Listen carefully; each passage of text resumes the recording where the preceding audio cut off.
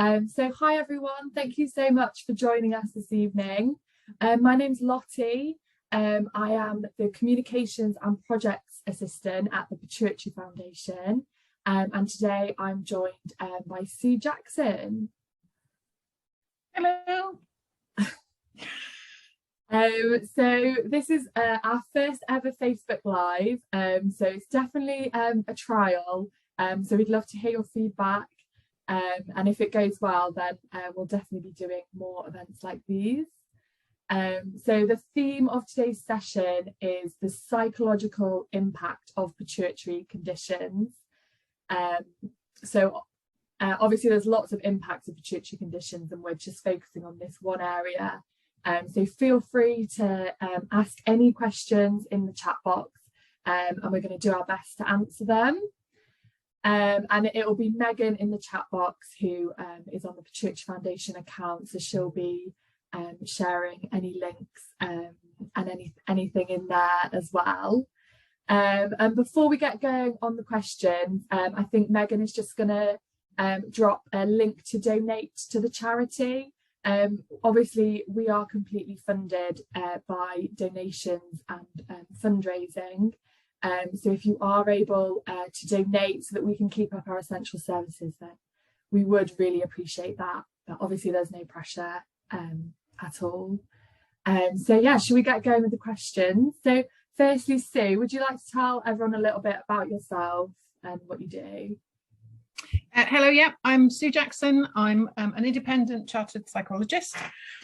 So I do a mix of things. I do some research. I do some teaching. I'm an associate lecturer at the University of Plymouth, where I teach psychologists their professional skills. What else do? I do some writing. I have a regular column in Pit Life, the patient magazine. My speciality area, I guess, is the impact of or the relationship between physical and mental health. So that's for patients and also for the people who care for individuals who've got long-term health conditions. So yeah, that's a bit about me. Brilliant, thank you. So let's get into the questions. So our first question is, how do I know if I have PTSD that is caused sort of by my sudden diagnosis of a pituitary condition, and how would I get a diagnosis for something like PTSD? Okay, so PTSD it's interesting in the sense that we're not always absolutely sure what causes it. It's a bit like panic attacks. We know that trauma is cumulative. So we know that people who've been exposed to trauma over their lifetime are much more likely to experience PTSD at some point if they experience something that is shocking enough. So not everybody who has a diagnosis that's somewhat brutally or candidly delivered is necessarily going to develop PTSD. But unfortunately, it can happen for some individuals. To be honest, regardless of what causes PTSD, if you have the symptoms of it, it's one of those mental health conditions where actually you do need professional support. So the Pituitary Foundation has a series of wellbeing booklets. And in one of those wellbeing booklets, I think it's the first one that is about experiencing a diagnosis. Yes, there is a section in there which specifically says these are the symptoms of PTSD, and these are the kinds of help and support that you would need in order to be able to access treatment. So in terms of symptoms, you don't actually have to experience all of the symptoms. It's very rare for someone with PTSD to get all of the symptoms. So there's quite a long list. The commonest ones are flashbacks to the traumatic event. So if it's the diagnosis, it might be that it keeps playing itself in your mind. Intrusive memories, okay, so similar to flashbacks, where intrusive memories are slightly different. It might be just an aspect of the diagnosis that is replaying in your mind. So you might hear the consultant's voice telling you that you've got a tumour, for instance, but you're not getting a full flashback. So the difference with a flashback is you feel like you're back there in the moment, and it feels like it's happening to you all over again. Whereas intrusive memories, it's just something that's popped into your head, so you're hearing the voice. You might get some dreams or some nightmares about the event, or you might get some quite powerful dreams that have got a lot of anxiety in them, and you wake up from them feeling hot and sweaty and horrible, but it might not be directly about the diagnosis. So it's not like you're dreaming that you're back in the office, the doctor's office, but you might be having some disturbing dreams of people kind of shouting at you or telling you stuff you don't want to hear, that kind of thing. Feeling distressed when you come across something similar. So you might be watching TV, a character on TV might be being given a diagnosis, and you might find yourself having a reaction to that, suddenly feeling quite uncomfortable, quite anxious, quite hot and sweaty, wanting to leave the room. You might find yourself wanting to avoid certain things because you don't want to be reminded about what's happened to you. So there might be certain conversations you don't want to have. There might be certain people you don't want to see because you know they're going to want to know every jot and tittle of what happened in the office, and you don't want to talk about it because you're not ready to yet. Some people, when they have PTSD, don't have complete memories of the event. And actually, it's quite common with people who hear the word tumour that the memory kind of stalls at that point. So that's the thing you remember. You don't remember all of the things that the doctor said to you after that. That's actually a very common effect of PTSD. So you remember some bits of it, but not all of it. You might have some periods where you feel slightly distanced from other people. So you know that you're present, but it feels like everything's happening at a bit of a distance. It's a bit of a weird thing, and you can also get tunnel vision with it. The other thing that can happen is what we call being hyper alert. So if someone, if you're in a quiet environment and there was a sudden loud noise, like there was a bang outside or someone dropped something, your startle response might actually be far stronger than it would have been before the diagnosis. So as I say, those are the commonest symptoms of PTSD. It's very unusual for everybody to have, or for someone to have all of them. If you have some of them, though, it's a good idea to go along to your GP and ask for a referral so that you can access treatment for it. That was a very long answer. That was a very long answer, but very good and thorough. So hopefully that helps some people that feel like they might be struggling with that one. So our next question is, are there any other mental health diagnoses that could be caused by having a pituitary condition? That's interesting. I think the commonest ones are generalized anxiety, or for some individuals, depression, sort of lowered mood. Some people can find it very stressful as well. There's a bit of a debate about whether stress is actually a mental health condition, because actually the way humans are wired, we need a certain amount of stress or pressure to actually get us out of bed in the morning. So actually, to some extent, stress is what a psychologist would call adaptive. It's useful. It's there to help you stay safe. So chronic stress is definitely not good for us. But low levels of stress and low levels of pressure are actually, each of us has an appropriate amount of stress that actually helps us to function. So if you think of like one of the old-fashioned speedometers that goes from 0 and it's like, and at the other end it's 100. 100 is too much in terms of, you know, for most of us, stress at that level is just, it's far too overwhelming, and we would get very sick from it, and it wouldn't do us any good at all. Equally, down the other end, if you don't have enough to do, and this can be a common problem for some individuals with long-term health conditions, And this is why there's a bit of a debate about whether stress is a component of or a mental health condition or not. If you haven't got enough to do because you can't do your normal activities of daily living and you're feeling a bit lost, that can also be unhelpful for us. It can bring your mood down. You can kind of end up with low-level niggles on top of the health condition. There's an optimum level for each of us. Unfortunately, that optimum level shifts and changes on a daily basis depending on what happened yesterday and how you're feeling today and so on. But that optimum level is basically what helps us to kind of be interested in things, to want to do things. It's part of our motivation, if you like. So yeah, in terms of proper mental health, if you like, or the less contested, anxiety definitely can take many different forms, because anxiety is like I think of it as existing along a continuum. There's kind of various different kinds of anxiety that you can have. So you can have generalized anxiety, where it's not actually, you feel anxious, but it's not pinned to anything. So some individuals with Cushing's, for example, they get very high levels of cortisol. They can actually start to feel quite anxious as a result of the high levels of cortisol, but it's not actually pinned to anything specific.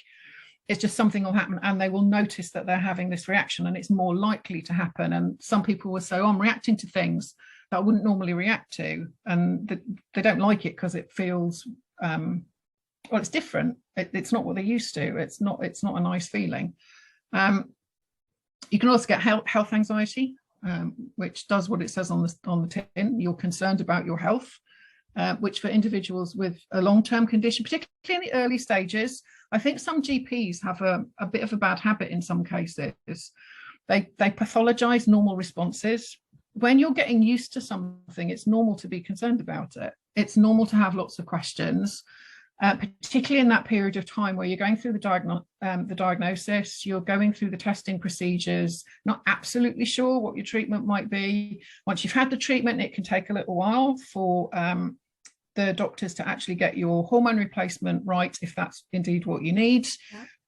It's normal to have lots of questions and to be quite anxious about going through that. I think it's unfair to kind of say to people, oh, well, if you're worried about it, there's something wrong with you. It's normal.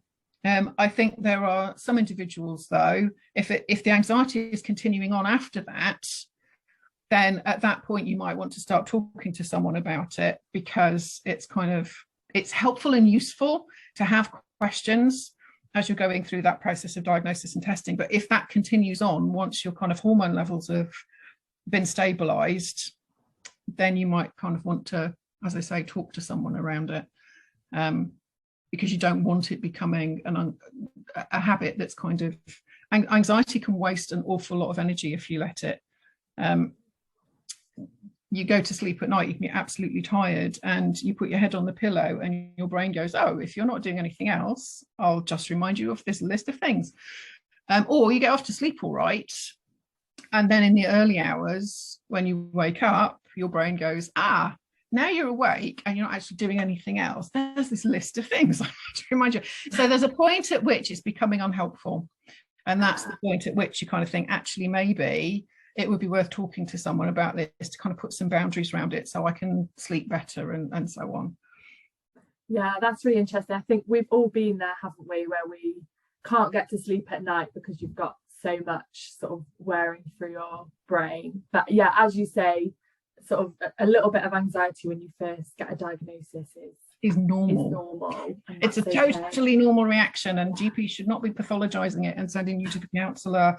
And if you get a bit tearful in your doctor's office because it's all a bit overwhelming, again, they should not be pathologizing that. It's a normal reaction to something that is stressful and difficult.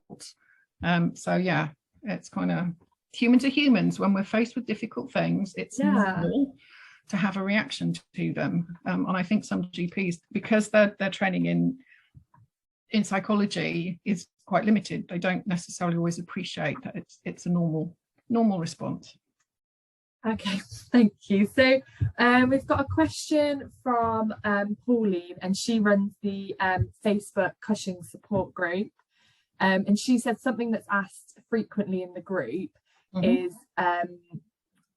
why people aren't offered counselling support as they try to cope with the testing and diagnosis of Cushing's. So I don't know if that's something that you're aware of.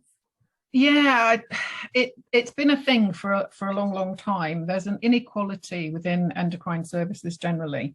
So, and it's something I've been trying to kind of counteract in various ways over the years, admittedly with some limited success.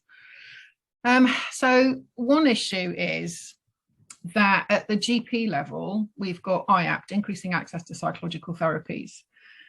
But an awful lot of the counsellors, brilliant as they are, who work in the IAPT service, they're not trained in the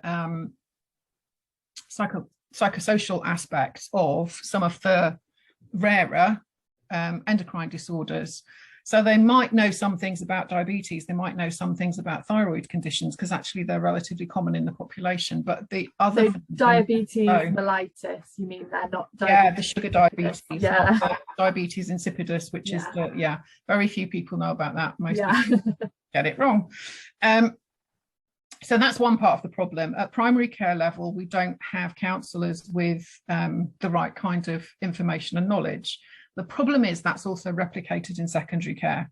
So there's a disproportionate, so there are clinical psychologists available in secondary care in hospitals across the country, but they tend to support the commoner conditions. So they tend to support the diabetes clinics and the thyroid clinics, and they don't really turn up in the endocrine clinics for pituitary conditions.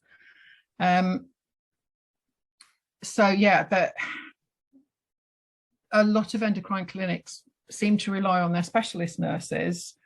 The problem with that is that specialist nurses want to be able to help and support. Their concern is this is Garfield, this is my furry assistant. Their concern is that if they ask the wrong questions in the wrong way, they could make things worse for people, and so they don't want to do that.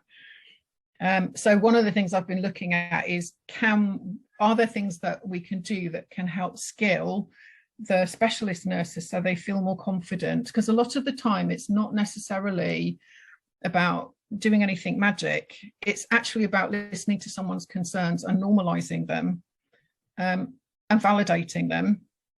It's not actually about fixing anything. Sometimes people just need to be heard, and that in itself has therapeutic value. So part of it is skilling the specialist nurses so that they feel able to do that, and they have the confidence that actually listening to the patients is a worthwhile thing to do. Their concern is that they will ask the questions and they haven't got anything to offer in the way of actual practical support to. That's really attractive. Oh, thank you. So that's part of the issue. Okay. Is we haven't got enough clinical psychologists. Well, in fact, we don't have any clinical psychologists that I know of who routinely work in endocrine services. They mostly work in diabetes and thyroid, and we don't have enough at primary and secondary level generally who have enough knowledge across the spectrum of endocrine disorders. And as I say, it's something I'm on a bit of a mission to try and address, but it's going to be a slow process. But I totally agree that that support is needed, and I think it would make a big difference in terms of helping people to navigate that process and feel less lost, and it would reduce the psychological burden quite considerably, because there's an awful lot of changes potentially that someone faces across a range of areas of their life. The kind of psychological and social impacts of pituitary conditions can be wide-ranging, and that's a difficult thing to face on your own. And having someone to talk to who isn't a family member, so doesn't have a vested interest in how your treatment will turn out, can actually be really important. So yeah.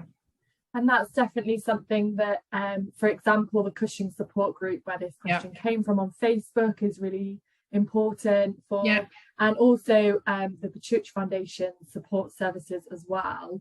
So we have our patient and information support helpline that's open 10 till 4 every weekday, and that can offer that kind of listening ear. But there is obviously a need for sort of professionals as well. So so yeah, everyone feel free to add your questions in the chat. We're discussing the sort of psychological impact of pituitary conditions this evening. So you can ask Garfield questions. Yeah, yeah, the ginger cat is called Garfield. He's very gorgeous. Yes, aren't you? So our next question is from Ruth, and she is interested in how hormones affect mood. So she says that she was diagnosed with depression last year after her diagnosis of diabetes insipidus. So yeah, how does the hormones affect the mood? Gosh, that's quite complicated. The best resource in terms of an actual properly informed answer to that, there's a brilliant book by a lady called Viv Parry, which is all about hormones. And she talks about hormones right across the lifespan. So how your hormone system is set up from being a child and all the things that could potentially influence it as you grow and age and change. I think on a more general level, in terms of depression, currently we have, I think it's something like 3 different theories about why people experience depression. The very fact that antidepressants come in multiple different forms, and when a GP diagnoses you with depression, you quite often, it's a bit of a lottery.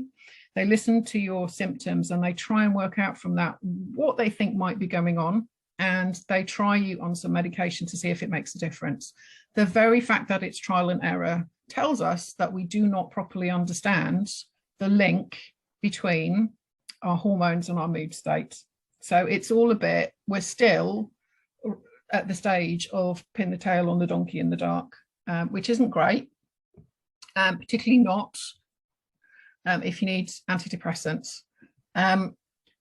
So if you are in that position and you are experiencing lowered mood, it may not be a straightforward process in terms of identifying what's caused it, because as I say, there are multiple different explanations currently doing the rounds, that we have not settled on one particular version yet. I do know that for over 10 years, my medical colleagues have been working on trying to develop a blood test that would enable us to be much more informed, so that when someone has depression, we would actually know what's caused it and what's the optimal treatment for that individual. We haven't got to that point yet. It's actually proving to be a lot more complicated than people thought it would be. It isn't as straightforward as it's this neurotransmitter in your brain that's not doing what it ought to do. So neurotransmitters and hormones are basically the same thing. It's different words for the same thing. It isn't as straightforward as if you change the neurotransmitter levels, then hey presto, it's all fixed. It's not that straightforward.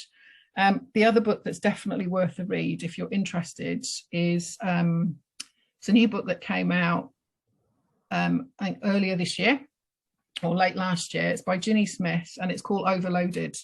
And she's really interested in this whole area in terms of how hormones affect us in terms of mood and sleep and experiences of pain. And she reviews all of the most recent research and talks about where we're up to in terms of understanding, and explains why we still don't have answers. It's a really reasonable question. The bottom line is, for a lot of it, we don't know, is the honest answer. Yeah, that's very interesting. I think that kind of comes across a lot with pituitary conditions. It is quite rare, and the hormone, that system is all very complicated. So yeah, obviously not ideal for people that have those conditions, but hopefully with funding in the right places and research, we can get there with that one. I think the other thing is that depression isn't always it isn't always depression that people are experiencing. So I wrote in Pit Life a little while ago an article which was actually because of the changes that a pituitary condition can cause. So for instance, for some individuals, they may have to change their job. So if their job was actually quite complicated and they're having memory difficulties, and that's something else Ginny Smith looks at in her book, is the impact of hormones on memory and what research tells us about that currently. I've just lost my train of thought. Okay, so depression isn't always depression, is what I was writing about in this article. There are other things that it could potentially be. So disappointment, for example, because your life is not actually going to follow the trajectory that you thought it would. It's going to be massively changed.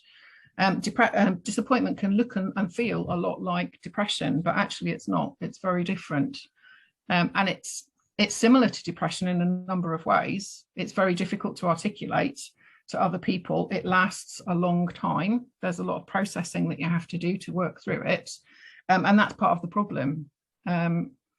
So there can be other things going on that can look a lot like depression, but actually aren't, where you need some time and space to actually think it through and talk about it with someone. So depression isn't always depression.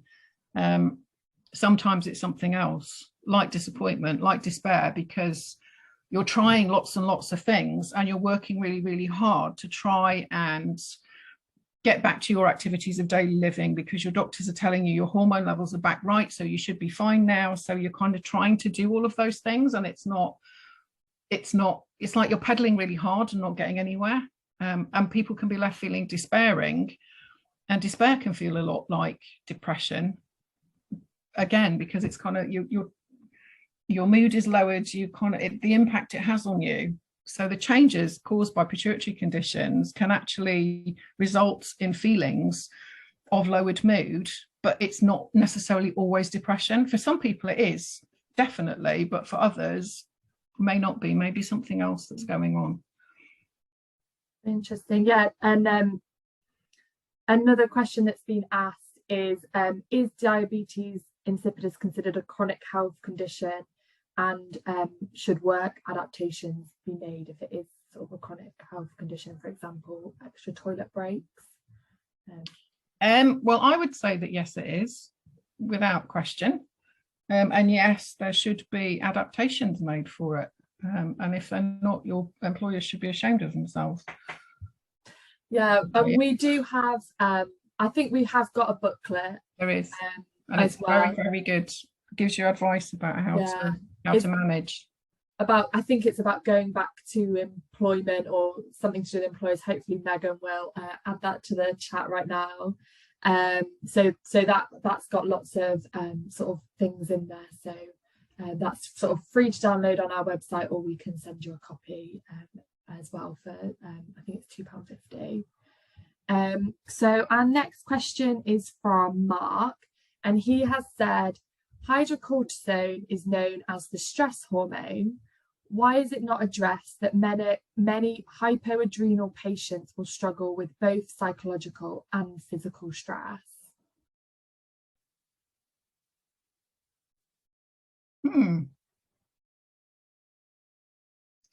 Yeah, that's a very good question,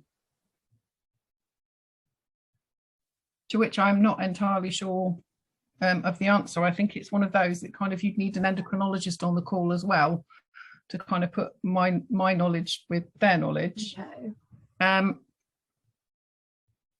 Yeah, it is something I've come across before. But yeah, it's one of those things about being human that the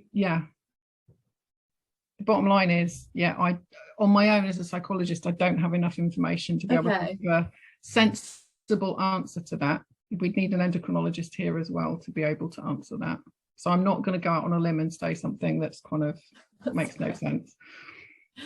All right, so I think unless anyone's got any more questions in the chat, we'll just go for this last one. So if someone is struggling with their mental health, sort of what are the support services available to them? What should they do? Well, obviously, there's the various services offered by the Pituitary Foundation, and there's a lot.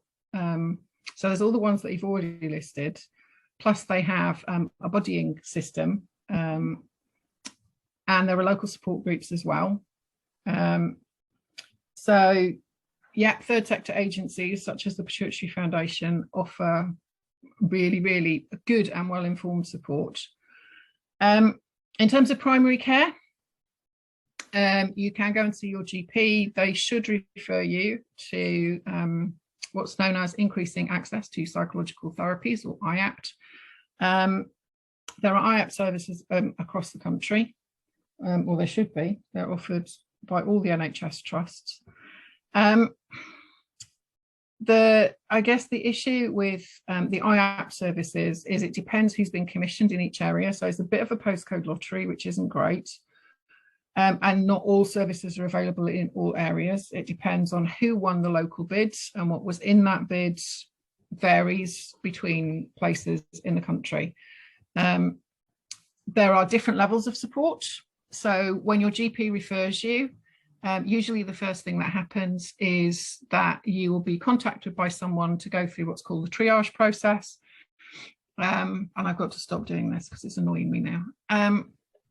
So what happens during triage is that someone phones you back, and there's a set of questions that they ask you.